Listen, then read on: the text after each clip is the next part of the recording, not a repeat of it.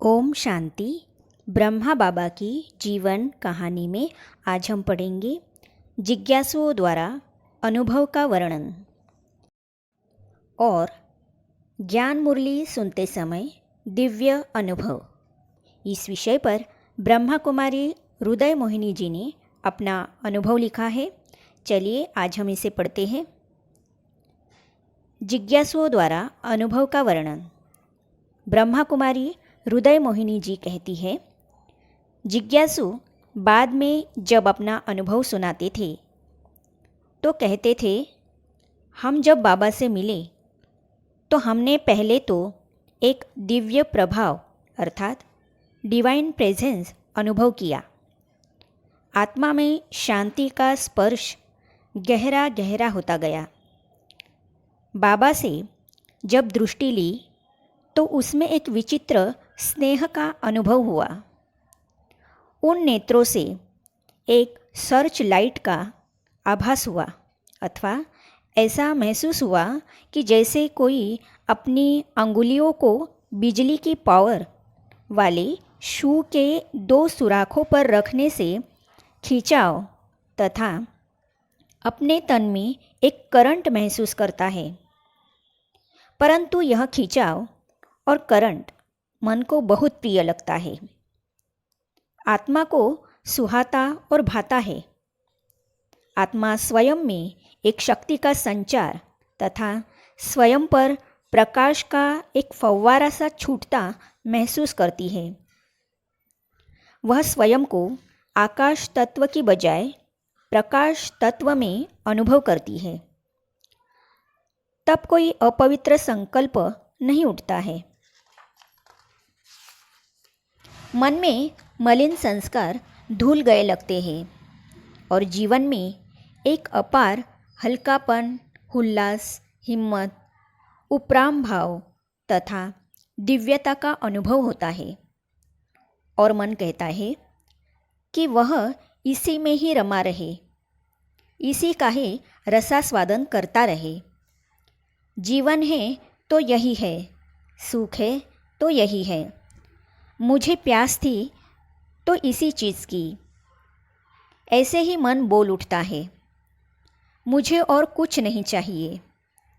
मुझे रास्ता मिल गया, मैंने खजाना पा लिया, मुझे मंजिल दिख गई है, मैं स्वरूप में टिक गया। ऐसी गुप्त आवाज़ अंदर उठती है। इससे पहले का जीवन याद नहीं आता। फिर जब याद आता है तो अज्ञानता का वह जीवन हेय तथा कौड़ी तुल्य लगता है। उस समय वातावरण में अपूर्व खुशी की लहर, शांति की तरंगे, स्नेह की उर्मियाँ, दिव्यता के स्पंदन, एक अनोखे प्रकार का सन्नाटा आत्मा को महसूस होता है और आत्मा उस दिव्य प्रकाश से आलोकित एक पवित्र प्रभाव से परिपूर्ण वातावरण में स्वयं को शरीर से न्यारी होती हुई सी महसूस करती है, क्योंकि आत्मा को तो परमात्मा खींचने लगता है और देह अलग होने लगती है। कुछ इस प्रकार के अनुभव जिज्ञासु अपनी अपनी अवस्था के अनुसार सुनाती और ब्रह्मा कुमारी बहनें भी इस तरह का आदान प्रदान उनसे करती। ज्ञान मुरली सुनते समय दिव्य अनुभव। प्रातः ज्ञान मुरली सुनते समय भी जिज्ञासुओं को एक विचित्र प्रकार का अनुभव होता था।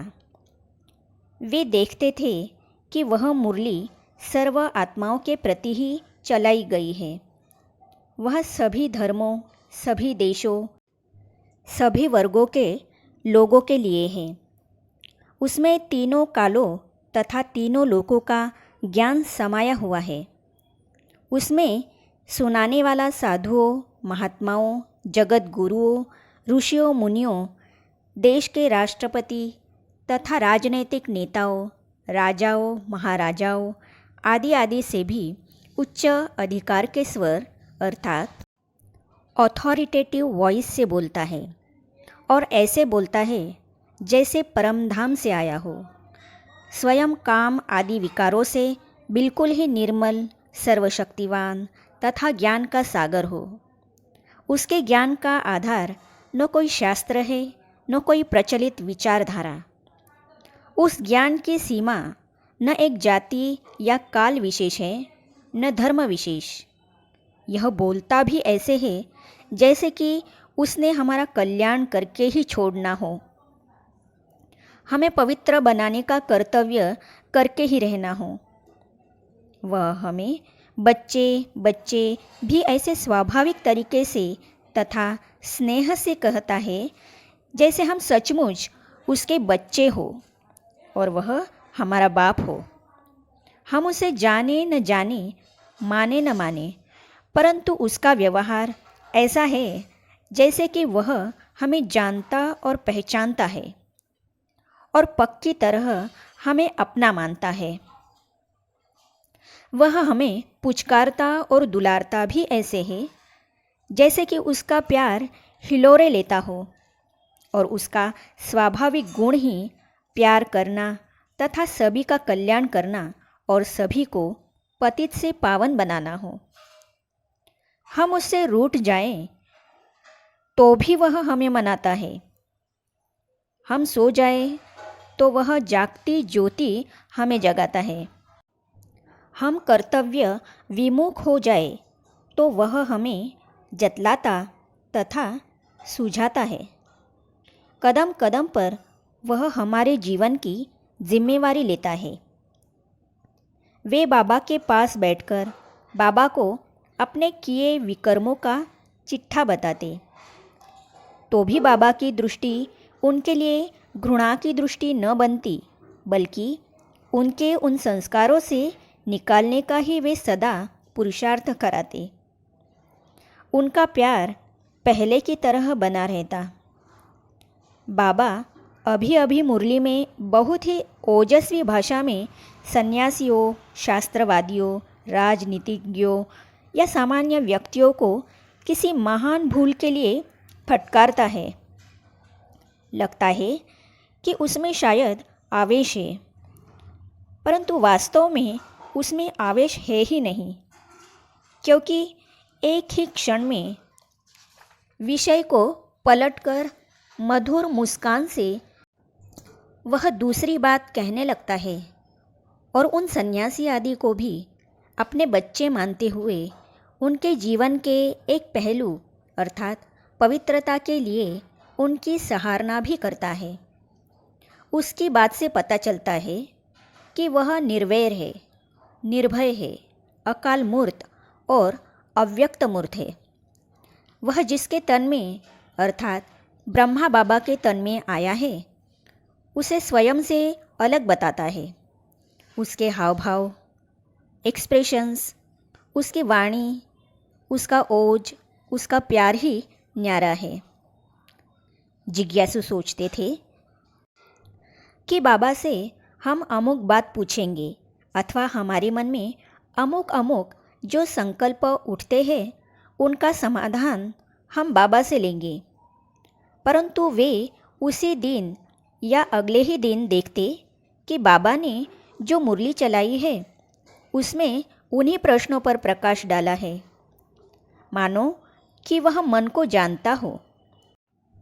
वे अपने मन में सोचते कि यदि हमारा योग सच्चा है तो शिव बाबा हमें विशेष प्यार करेंगे और हमें दुलारेंगे, और वे देखते कि उनके मन की बात का उत्तर उन्हें बाबा के व्यवहार से मिलता।